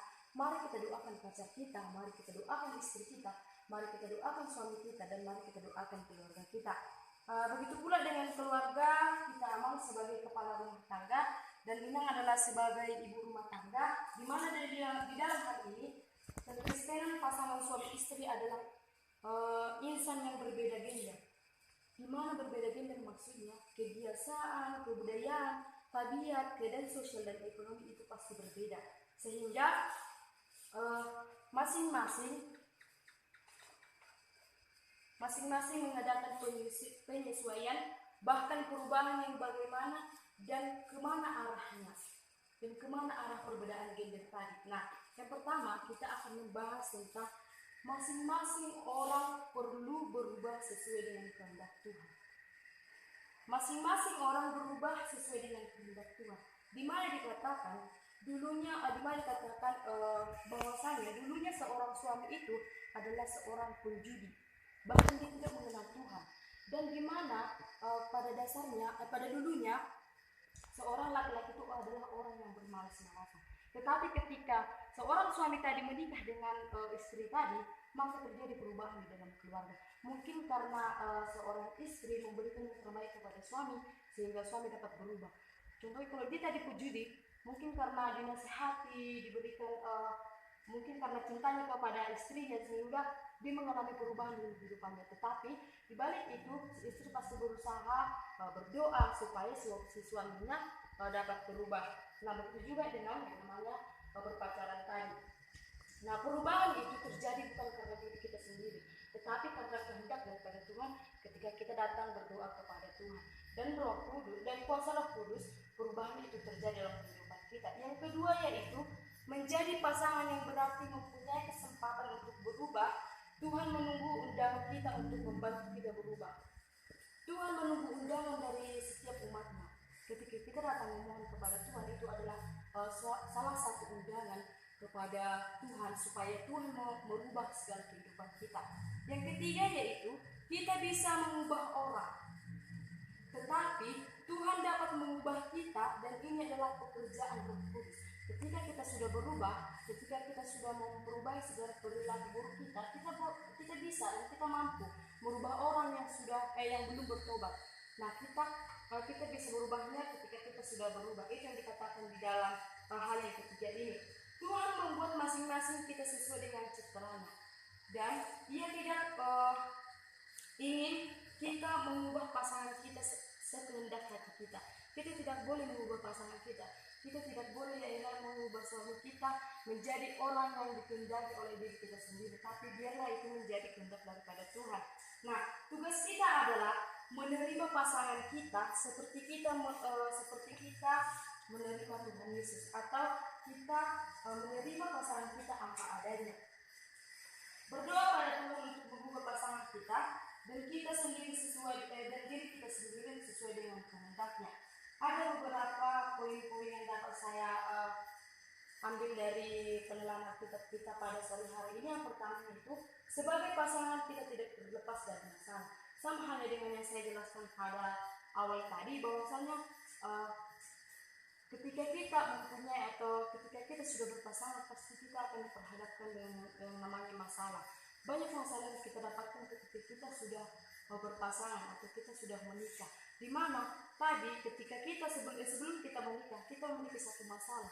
Dan ketika kita sudah menikah, maka kita akan mempunyai dua masalah. Di mana seorang suami akan mempunyai dua masalah, dia akan menyelesaikan masalah dari si istri juga, karena mereka sudah bersatu. Nah, di dalam berpacaran juga kepada budak-budak yang ada di tempat ini, kita juga akan diperhadapkan ketika kita memutuskan untuk berpacaran dengan seseorang, kita akan mengalami namanya masalah. Tidak ada di dunia ini yang tidak memiliki masalah. Semua memiliki masalah, tetapi mempunyai jalan ketika kita datang kepada Tuhan. Yang kedua yaitu konflik di antara pasangan bisa saja terjadi karena tidak adanya komunikasi yang baik. Nah, dapat kita buka di dalam Filipi 2 ayat 4. Nanti kita buka di rumah kita masing-masing. Di sana mengingatkan agar setiap orang tidak memperhatikan kepentingannya sendiri, tetapi kepentingan orang lain juga. Dalam hal ini, sepasang kekasih tidak boleh egois atau mementingkan diri sendiri. Dalam suatu hubungan atau suatu pasangan kekasih harus menanamkan yang namanya kasih. Di mana di dalam ketika kita berpasangan sebagai seorang suami dan seorang istri dan seorang yang berpacar, kita harus menanamkan kasih supaya keluarga kita itu mempunyai hubungan yang baik dengan Tuhan. Ketika kita menanamkan kasih, Tuhan tidak akan lepas dari kita. Dan ketika kita tidak datang kepada Tuhan, maka semua masalah itu akan datang secara berganti-gantian. Dan berpisah masalah-masalah yang orang sedang imam orang suruh kita tujuh di data. Nah, di dalam Filipi 2 ayat 4 ini dikatakan atau mengingatkan kita agar setiap orang tidak memperhatikan kepentingannya sendiri. Jangan mempertahankan egois kita masing-masing, tetapi kita pertahankanlah yang namanya kasih dalam kehidupan kita. Yang selanjutnya yaitu berdoa agar kita selalu jujur dan dapat dipercaya. Menikah atau berpacaran harus didasarkan dengan kepercayaan satu sama lain. Moloda dong be amang bilang do na poso, moloda dong be kepercayaan ini di dalam suatu hubungan itu tidak akan berjalan atau tidak akan lama. Budang do senari na bercerai cuma karena tidak ada kepercayaan di dalam hubungan itu. Budang do senari na putus na berpacaran, moloda ada kepercayaan di dalamnya. Banyak keluarga yang hancur atau berserakan atau tidak memiliki kebahagiaan lagi dalam karena tidak ada kepercayaan yang ditanamkan di dalam keluarga itu. Kalau dalam suami atau suami istri atau dalam hubungan berpacaran tidak saling percaya, siapa lagi yang dapat mempercayai keluarga itu? Kalau bukan kita yang di dalam. Menurut kita membangun, mempercayai istri tak isi deh. Kan sana matong kanamang. Nah, membohongi pasangan kita adalah perilaku yang sangat buruk karena dapat menyebabkan rusaknya hubungan dengannya. Aku tertulis di dalam Kolose 3 ayat 9. Di sini dikatakan perilaku yang sangat buruk adalah membohongi pasangan kita karena dapat menyebabkan rusaknya hubungan dengannya, atau dapat merusak hubungan kita dengan pacar kita, atau dapat merusak hubungan suami istri. Nah, membuat kita semakin jauh dari Tuhan tertulis dalam Mazmur 2 ayat 7. Nah, orang yang tidak berkomunikasi baik dengan pasangannya tidak bisa sepenuhnya jujur kepada pasangannya karena kejujuran membutuhkan komunikasi yang baik. Untuk itu perlu beberapa hal yang boleh kita lakukan atau boleh kita perhatikan dari poin-poin tadi. Yang pertama, jujur dalam perasaan terhadap pasangan kita. Kita harus mengatakan kepada pasangan kita kalau ada hal yang mengganjal atau yang sangat mengganggu di dalam hati kita. Mulu di keluarga tak rainang amang mulu ada unsur hot di hatta neng belinya kita buat tu amani alai olo disipata alana ngabula amani siang kode jadi kan sampai di akhir di hatta jadi sehingga menimbulkan rasa sakit hati ya. Nah, jadi nah boleh kita dereng yaitu jujur dalam mengutarakan pandangan atau pendapat. Ketika sesuatu berpendapat kepada atau memberikan pendapat solusi kepada suami, harusnya si suami harus menerima. Di mana si suami harus menerima supaya si istri dapat puas atau dapat mengutarakan apa yang ada di dalam hatinya. Boleh bahkan berpendapat, bisa dia berpendapat bahwasanya dia mempunyai solusi untuk ini. Tetapi kalau si suami tidak menerima akan terjadi kecekcokan. Nah, yang ketiga yaitu jujur tentang masa lalu. Mencontoh nabi aman, doa-doa naposa di masa lalu kita, kita buruk. Coba kita cerita dengan pasangan kita sehingga tidak ada kesendirian di dalam hubungan tersebut. Yang keempat yaitu jujur tentang apapun juga. Kita harus jujur terhadap apapun juga. Sekecil apapun yang ada dalam hati kita, kita harus jujur kepada pasangan kita. Nah, yang terakhir adalah berdoa kepada Tuhan untuk pasangan kita. Kita memohon kepada Tuhan agar kita mempunyai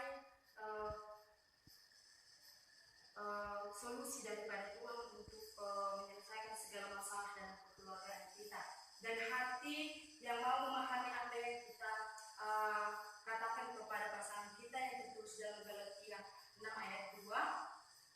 Demikian juga di dalam Roma 12 ayat 15. Nanti boleh kita bacakan di rumah. Tuhan kiranya memberikan kita hati yang bijaksana dengan menunjukkan apresiasi kepada pasangan kita untuk segala hal positif yang dilakukannya dan hati yang menyenangkan sehingga kita bisa merasa empati dan meringankan kepedihannya. Mari kita semua yang ada di tempat ini, kita cepat dalam mendengar, tetapi lambat untuk berbicara. Nah, pengampunan yang dapat saya ambil dari nas kita pada sore hari ini yaitu pengampunan dalam berpacaran dan berumah tangga. Di Di dalam Efesus 4 ayat 32 dikatakan, Yesus mengampuni kita secara utuh, tidak melihat kesalahan masa lalu kita dan mengingat-ingatnya lagi. Tuhan tidak pernah mengingat-ingat masa lalu kita, tetapi Dia selalu mengampuni kita. Begitu juga lah dengan kita yang ada di tempat ini. Nah, di dalam berpacaran atau di dalam berpasangan juga kita dapat melihat di dalam Zakaria ayat 4-6, kiranya Tuhan memampukan kita dan kiranya Tuhan memperbolehkan kita memiliki hikmat di dalam berkeluarga dan berpasangan. Nah, sebelum kita menutup penilaian Alkitab ini, Amang inang dengan naposo, ketika tadi kita mendengarkan apa yang menjadi penjabaran dalam penilaian Alkitab ini, mungkin ada yang bertanya-tanya dalam hatinya. Jadi pada sore ini sebelum kita menutup, ada yang mau bertanya Amang inang dengan naposo? Oke, kalian silakan Bu Ano. Baik, terima kasih. Halo. Saya mau bertanya demikian. Menurut pandangan kita, apa dan bagaimana peran seorang suami dan istri di dalam keluarga? Terima kasih. Oke, baiklah, terima kasih buat Amang Sidauro. Nah, ketika tadi saya menjelaskan Amang bahwasanya laki-laki dan perempuan itu setara dalam hubungan dengan Kristus. Ya kan Amang? Alkitab memberikan peran yang khusus kepada masing-masing dalam pernikahan. Suami harus mengepalai keluarga apa yang tertulis di dalam 1 Korintus 11 ayat 3 dan Efesus 5 ayat 23 nanti bisa dibacakan. Dan suami juga harus mencintai istri selain menghormati dari si istri. Mungkin tidak ada di dunia ini yang namanya nikah terpaksa. Berarti nikah terpaksa, kita menikah karena kita mencintai si istri, karena kita sebagai suami sudah memutuskan bahwasanya kita menikah, kita akan memenuhi kebutuhan dari si istri, kita akan mencintai, kita akan menghormati dan kita akan menjaga, bahkan kita akan membawa si istri kepada Tuhan. Nah, di dalam hal itu Amang, suami juga harus tunduk kepada istri dan istri juga tunduk kepada suami. Tertulis dalam Kolose 3 ayat 10-15 ayat 19. Dalam rumah tangga kita memerintahkan suami untuk menyediakan nafkah bagi seorang istri bahkan keluarga. Nah, tidak berarti istri tidak bisa bekerja atau si istri tidak bisa membantu menghidupi keluarga. Bodo inang kita membantu si suami bekerja, bukan hanya suami saja. Ketika tadi dikatakan si suami sebagai kepala rumah tangga, dia harus bekerja dan memenuhi kebutuhan kita. Di dalam hal ini si istri juga bisa bekerja dan si istri juga bisa membantu si suami bekerja, yaitu tertulis di dalam Amsal 31. Namun demikian, terlalu banyak perempuan yang stres atau hancur karena dia ikut bekerja. Ada mau bekerja ale maka reja berdepe kebanyakan si istri stres atau hancur gara-gara pekerjaan di luar dan pekerjaan di dalam rumah. Nah, harusnya si istri dan si suami harus berdoa untuk mengatur kembali prioritas mereka dan mengikuti petunjuk-petunjuk Alkitab untuk peranan mereka. Nah, berdoa adalah hal yang harus dilakukan agar satu dengan yang lain mempunyai sikap kasih dan hormat satu sama dengan yang lain. Nabi Amang? Oke. Ada lagi yang mau bertanya? Ya, buat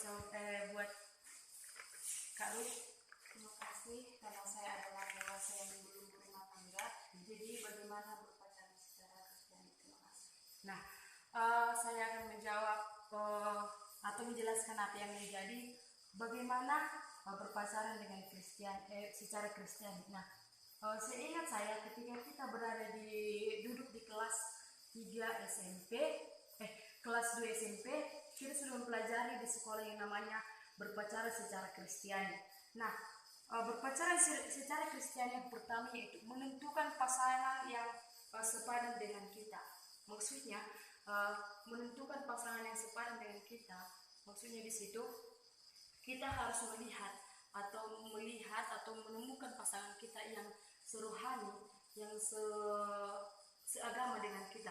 Boleh kita berpasangan dengan yang lain agama dengan kita, tetapi kita harus ketika di Kristiani kita harus menentukan pasangan yang sepadan yang tertulis di dalam Kejadian 2 ayat 18. Nanti bisa dibuka ya. Yang kedua yaitu menentukan pasangan yang saling menguatkan kelemahan masing-masing. Baru yang ketiga, ayat itu tertulis dalam Pengkhotbah 4 ayat 9 sampai 10. Nah, yang ketiga yaitu menghasilkan buah-buah roh yang tertulis dalam Galatia 22 ayat sampai 23b. Di sini dikatakan menghasilkan buah-buah roh. Ketika berpacaran, kita harus menghasilkan yang namanya sukacita, kedamaian, damai sejahtera. Pokoknya buah-buah roh itu harus kita dapatkan di dalam berpacaran. Kalau kita tidak mendapatkan itu bukan berarti itu bisa dikatakan tidak berpacaran atau bermain-main di dalam berpacaran. Nah, yang ketiga yaitu memuji dan memuliakan Tuhan.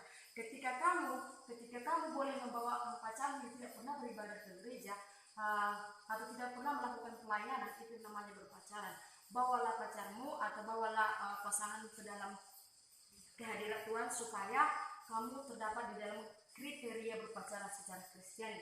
Yang selanjutnya yaitu membuat komitmen dan rencana menuju pernikahan kudus.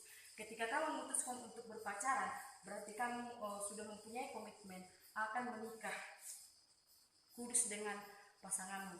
Jangan bermain-main di dalam berpacaran, tetapi buatlah komitmen dan keseriusan di dalam berpacaran. Supaya ketika kamu jatuh cinta kepada orang yang pertama, buatlah itu menjadi yang terakhir di dalam hatimu dan menjadi terakhir dalam kehidupanmu. Nah, untuk itu buat Kak Ruth, apakah penjelasan yang saya sudah jelaskan sudah dapat diterima atau masih ada yang mau ditanyakan? Sudah bagus. Nah, buat kita semua amang inang dengan nahina holongan, itulah tadi yang menjadi penelanan kita yang boleh kita dengarkan, di mana kita semua harus berdoa.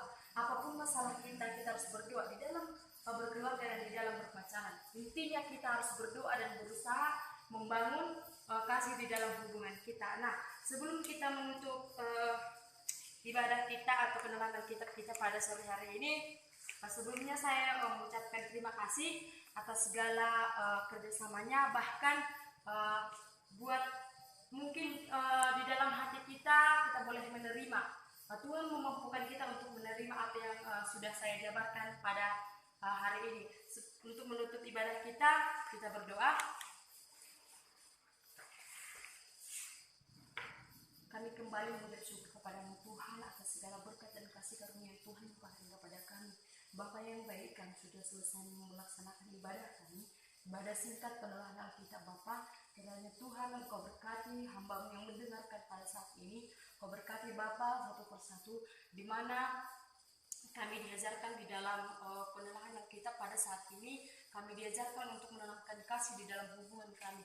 Bapa yang baik, ketika kami memutuskan untuk kami berpacaran Bapa, mari Tuhan Engkau datang ke dalam hubungan itu untuk memperbaiki, bahkan untuk mengutuhkan hubungan kami itu. Bapa yang baik, ketika ada persoalan dalam kehidupan kami, dalam kehidupan keluarga kami, Tuhan mari Engkau bantu, Engkau berkati Bapa, Engkau berkati kami di dalam keluarga kami. Bapa yang baik, seluruhnya kehidupan kami Tuhan kami serahkan hanya ke dalam tangan pengasihan Tuhan. Hanya dan melalui anak Yesus Kristus kami berdoa dan mengucap syukur. Haleluya, amin. Shalom. Shalom.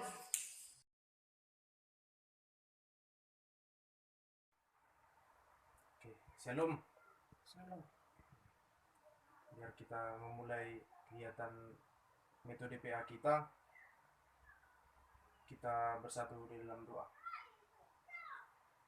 Terima kasih Tuhan atas penyertaan Tuhan hingga pada saat ini, di mana Engkau Tuhan masih memberkati kami hingga pada saat hari ini ya Tuhan. Terima kasih Tuhan, dalam Kristus Yesus kami berdoa dan mengucap syukur kepadamu. Amin. Baiklah, sebelumnya nama Upung siapa? Nursatia Sipahutar. Nursatia Sipahutar. Ya. Sudah berapa umur Upung? Umur tahun 65 tahun. 65 tahun, berarti berkisar kelahiran 55. Ya. Ya. Berarti sudah cukup tua Upung ya? Iya. Oke.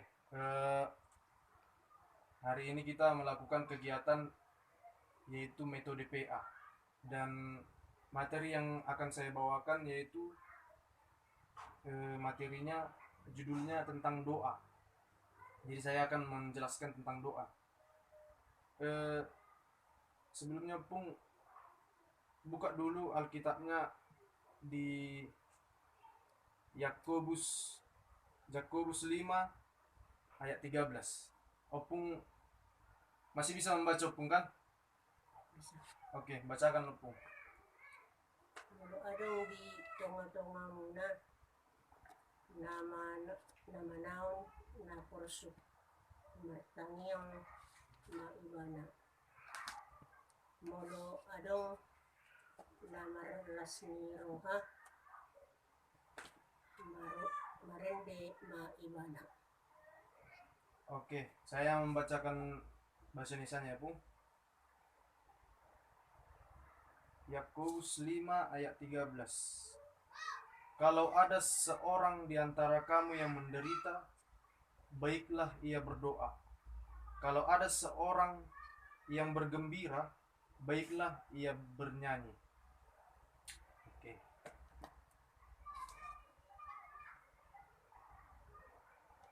Sering timbul di benak kita pertanyaan, sanggupkah kita menghadapi hari depan? Jawabannya tidak sanggup jika mengandalkan kekuatan sendiri. Karena sehebat, sekuat, sepintar atau sekaya apapun seseorang, kekuatannya sangatlah terbatas. Tidak bisa tidak, kita membutuhkan kekuatan yang berasal dari luar agar kuat berdiri di tengah terpaan badai kehidupan yang kian mengganas ini.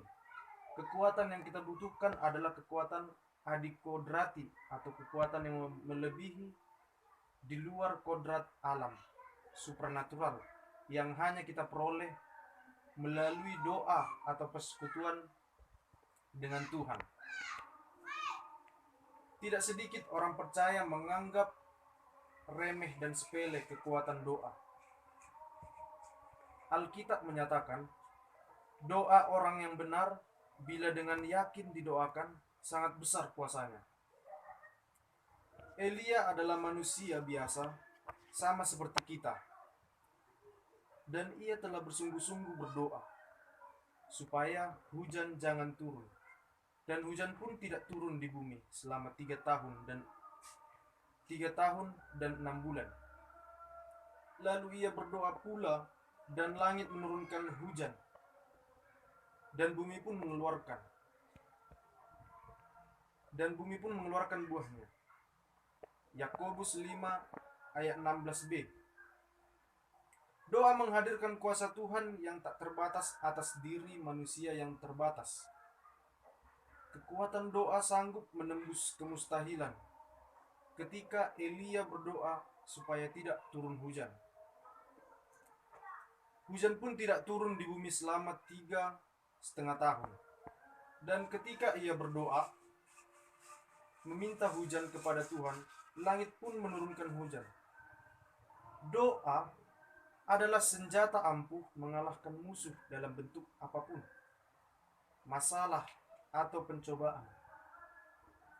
Doa mampu menggetarkan hati Tuhan sehingga ia bertindak, memberikan pertolongan, dan menyembuhkan segala macam sakit penyakit. Supaya doa kita berkuasa dan mendatangkan kekuatan, kuncinya adalah kita harus dalam posisi benar di hadapan Tuhan. Dosa harus dibereskan.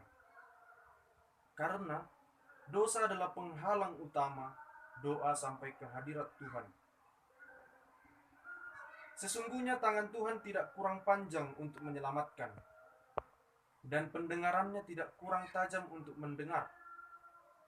Tetapi yang merupakan pemisah antara kamu dan Allahmu ialah segala kejahatanmu, dan yang membuat dia menyembunyikan diri terhadap kamu sehingga ia tidak mendengar ialah segala dosamu. Itu kutipan dari kitab Yesaya ayat 59 ayat 1 sampai 2. Lanjut lagi. Tuhan itu jauh daripada orang fasik tetapi doa orang benar didengarnya. Amsal 15 ayat 29. Ada 3 penghalang doa Opung. 1. Karena ada dosa. Penjelasannya, dan doa yang lahir dari iman akan menyelamatkan orang sakit itu, dan Tuhan akan membangunkan dia, dan jika ia telah berbuat dosa, maka dosanya itu akan diampuni. Karena itu, hendaklah kamu saling mengaku dosamu dan saling mendoakan, supaya kamu sembuh. Doa orang benar, bila dengan yakin didoakan, sangat besar kuasanya.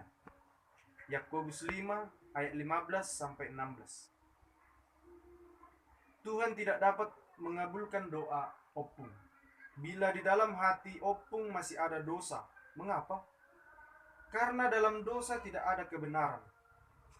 Firman Tuhan berkata bahwa doa orang benar bila dengan yakin didoakan sangat besar kuasanya. Maka dari itu, bereskanlah dulu hati Opung, jangan sampai berlarut dalam dosa. Yang kedua yaitu sungut-sungut. Biasanya ini halak kita sering bersungut-sungut. Orang-orang bajingan yang ada di antara mereka kemasukan nafsu rakus. Dan orang Israel pun menangis serta berkata, siapakah yang akan memberi kita makan daging? Kita teringat kepada ikan yang kita makan di Mesir dengan tidak bayar apa-apa. Kepada mentimun dan semangka, bawang pre, bawang merah, dan bawang putih. Tetapi sekarang kita kurus kering, tidak ada sesuatu apapun, kecuali manna ini saja yang kita lihat.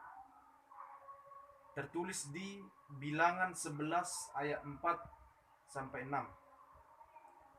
Sungut-sungut adalah dosa yang tidak berkenan di hadapan Tuhan. Sungut-sungut adalah tidak bersyukur dengan apa yang Tuhan berikan. Sama seperti orang Israel yang mengingat masa lalu mereka ketika di Mesir. Tuhan mengingatkan bahwa apapun yang Anda miliki, apapun yang Opung miliki, syukurilah. Ketika Tuhan memberikan perkara kecil, percayalah ketika Opung bersyukur, maka ia akan memberikan perkara besar. Dan yang ketiga, kekhawatiran. Karena itu aku berkata kepadamu, janganlah khawatir akan hidupmu, akan apa yang hendak kamu makan atau minum. Dan janganlah khawatir pula akan tubuhmu, akan apa yang hendak kamu pakai. Bukankah hidup itu lebih penting daripada makanan dan tubuh itu lebih penting daripada pakaian? Tertulis di Matius 6 ayat 25. Begini penjelasannya. Mengapa khawatir membuat Anda belum menerima jawaban doa? Karena inilah dasar dari doa. Dalam doa tidak boleh ada keraguan. Karena di dalam keraguan tidak ada iman.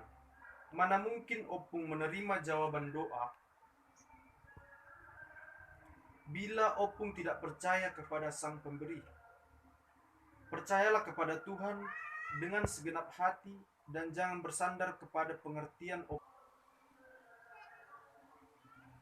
Percayalah bahwa Dia sanggup melakukan perkara yang besar.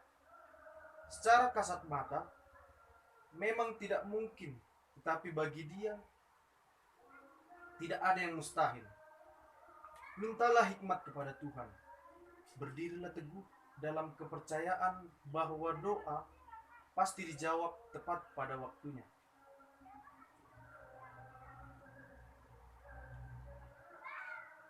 Apakah mujizat masih terjadi? Kalau kita melihat banyak tokoh gereja yang juga mengalami mujizat, contoh Abraham. Abraham adalah pahlawan iman yang mengalami mujizat dari Tuhan. Buktinya adalah Sarah yang umurnya lebih tua. Tetapi bagi Tuhan tidak ada yang mustahil bagi Tuhan dan mujizat terjadi. di mana waktu Sarah umur 90 tahun, ia dapat hamil. Ini menunjukkan mujizat masih nyata. Bukan hanya itu saja. Kita juga melihat contoh tokoh lain yang mengalami mujizat, yaitu Hana. Hana adalah ibu Samuel, seorang wanita yang dimadu oleh suaminya, dan istri kedua selalu mengolok-olok dan mengatakan mandul pada Hana. Ia sangat sedih, tapi ia percaya mujizat masih terjadi. Dia berdoa dengan sungguh-sungguh, dan hasilnya ia mendapat anak dan menepati janjinya untuk memberikan anaknya pada Tuhan. Tertulis di 1 Samuel 1. Di samping itu, banyak tokoh-tokoh Alkitab lainnya yang mengalami mujizat, diantaranya Rahel, Ribka, dan masih banyak lagi. Bicara tentang mujizat, mujizat adalah campur tangan Tuhan dan jawaban yang indah dari doa yang kita naikkan. Yakobus 5 ayat 16 berkata, doa orang benar bila didoakan akan sangat besar kuasanya. Ini adalah satu janji dari Tuhan. Apabila kita berdoa dengan sungguh-sungguh kepada Tuhan, maka mujizat akan terjadi. Pemulihan akan terjadi. Akan tetapi, mujizat tidak selalu diartikan kesembuhan atau kesuksesan. Mujizat adalah jawaban Tuhan yang terindah yang Tuhan berikan walau tidak sesuai dengan harapan kita. Tidak semua doa kita dijawab sesuai keinginan kita. Akan tetapi, doa orang benar bila didoakan akan sangat besar kuasanya. Selanjutnya saya akan menjelaskan, ada kalanya kita tidak mendapat jawaban doa dikarenakan ada beberapa faktor. Faktor yang pertama yaitu 1. Ada kebencian atau dendam dalam hati kita pada orang lain. Kalau kita berdoa, meminta sesuatu tapi masih ada dendam, maka tentulah Tuhan tidak akan menjawab, karena Tuhan tidak mau kita ada menyimpan sesuatu yang buruk pada orang lain. Yang kedua, yaitu karena kita masih ragu akan pertolongan Tuhan dan kuasa Tuhan. Seringkali kita berpikir, apa iya Tuhan bisa menyelesaikan masalah kita? Sedang masalah kita berat, dan sepertinya Tuhan tidak mampu menyelesaikan masalah kita, sehingga yang muncul adalah doa. Yang muncul adalah doa kita tidak dijawab oleh Tuhan. Dalam Injil dikatakan jika kita punya iman sebesar biji sesawi, kita bisa memindahkan gunung. Maksud dari kalimat ini adalah, kalau kita mau berdoa, doakan dengan penuh iman dan keyakinan. Walaupun itu berat, percayalah bahwa Tuhan akan menyelesaikan untuk kita, dan mujizat pasti terjadi. Yang ketiga pun, yaitu kita tidak menyerahkan beban kita pada Tuhan. Matius 11 ayat 28 mengatakan, marilah kepadaku, hai kamu yang letih lesu dan berbeban berat. Aku akan memberi kelegaan kepadamu. Ketika masalah berat, datanglah pada Tuhan. Serahkan semua pergumulan kita pada Tuhan, dan Tuhan akan menjawab doa kita. Doa dapat mengubah segala sesuatu, dan mujizat pasti terjadi jika kita selalu bersandar pada Tuhan dan berserah padanya. Jangan pernah ragu, dan yakinlah mujizat akan terjadi, dan itu akan terjadi. Segala kemuliaan bagi Allah. Amin. Oke, sekian yang dapat saya sampaikan, Opung. Kita akan menutup dengan doa. Kita berdoa, Opung. Terima kasih Tuhan atas penyertaan Tuhan hingga pada saat ini, di mana pada hari ini ya Tuhan, kami telah selesai melakukan metode PA ya Tuhan dengan materi doa. Kiranya Tuhan yang berkati ya Tuhan, Berkati juga opunginya Tuhan, dari segala penyakit Engkau sembuhkan dia ya Tuhan. Tuhan, terima kasih ya Tuhan. Dalam Kristus Yesus kami berdoa dan mengucap syukur kepadamu. Amin. Ketika